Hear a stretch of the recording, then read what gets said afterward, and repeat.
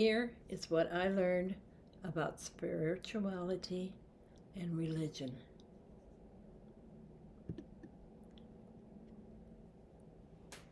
In that moment, with the loss of my son, everything I believed about God was tested. I'm 83 years old now. I lived through decades of change, through war, through social revolutions, through marriage and divorce, through motherhood, and through the unbearable loss of my 21-year-old son. And after all of those years, after all of those experiences, there is something I have come to understand about religion and spirituality. And today, I want to share it with you. Because the question is not whether you believe in God.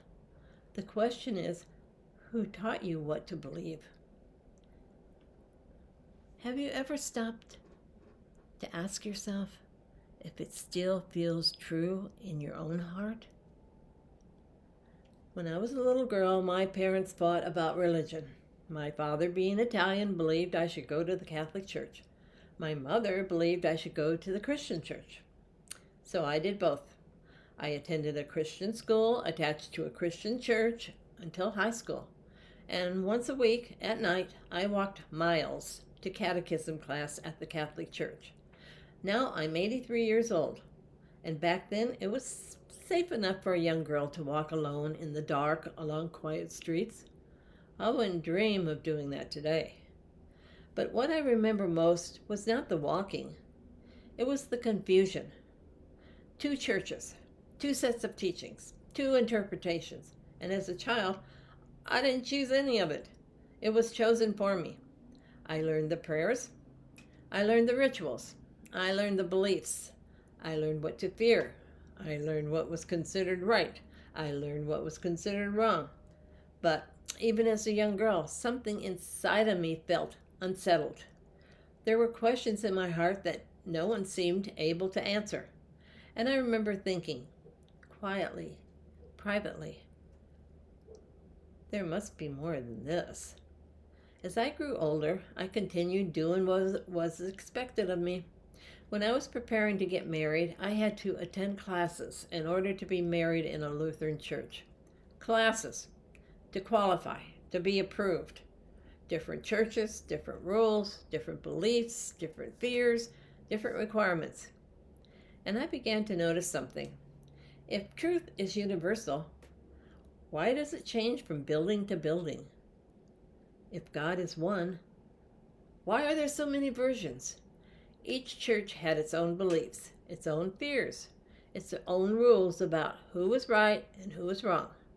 I don't say this with anger. I say this with reflection because, for me, something was always missing. I followed the structure, but I did not feel fulfilled. After my divorce, I found myself spending more time alone. I would go hiking in the nature and standing there surrounded by the trees and the sky and the silence. I felt closer to God than I ever had, sitting inside of a church. There were no rules in the forest. No one was telling me what to believe.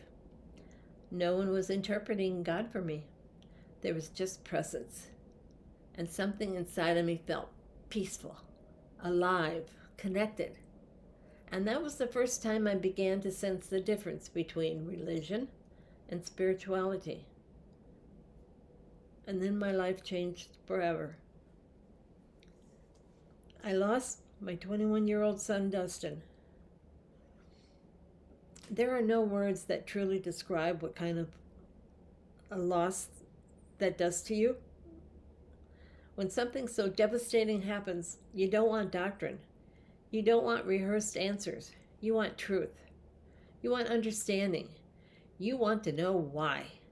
And in my grief, I realized something deeply uncomfortable. Religion had given me structure, but it had not given me answers that comforted my soul. So I began searching. Not angrily, not rebelliously, but sincerely. I needed to understand life, death, God, the soul.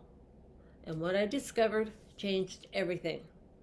I was led to spiritualism, And for the last 30 years, I have been searching, learning, and slowly having my questions answered. But now, let me explain something gently.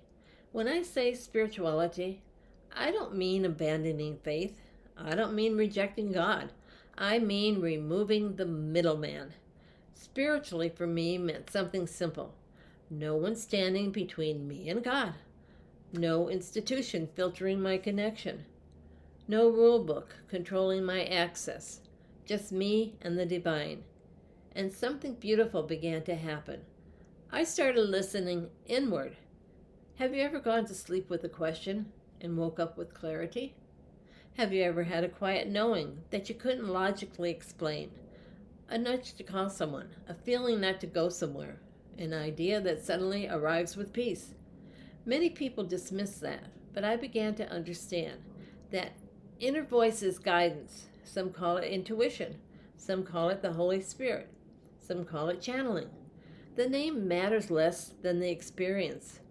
We are not as disconnected as we've been taught to believe. When you ask sincerely, answers come. Simply say out loud so your ears can hear, "Please send me more info so I may learn what I need to know." But you must be willing to listen, and then you must act. If you feel guided to search for something, search. If you feel guided to read something, read. If you feel guided to change something, change it. That is not rebellion, that is growth. Earlier, I asked you a question. Who taught you what to believe? But now I ask something deeper. Does your faith come from fear or from love? Because there is a difference. Faith rooted in fear says, follow the rules or else. Faith rooted in love says, you are guided, you are supported, you are connected. When you are truly spiritual, no one controls you with doctrine. You are not motivated by fear of punishment. You are led by love.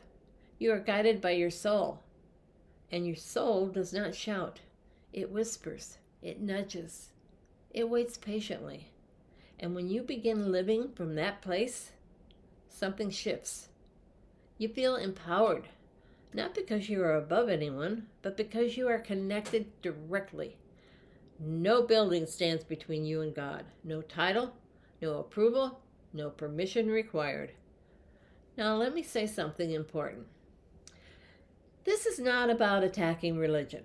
Religion gives many people comfort, community, structure, tradition, and that has value.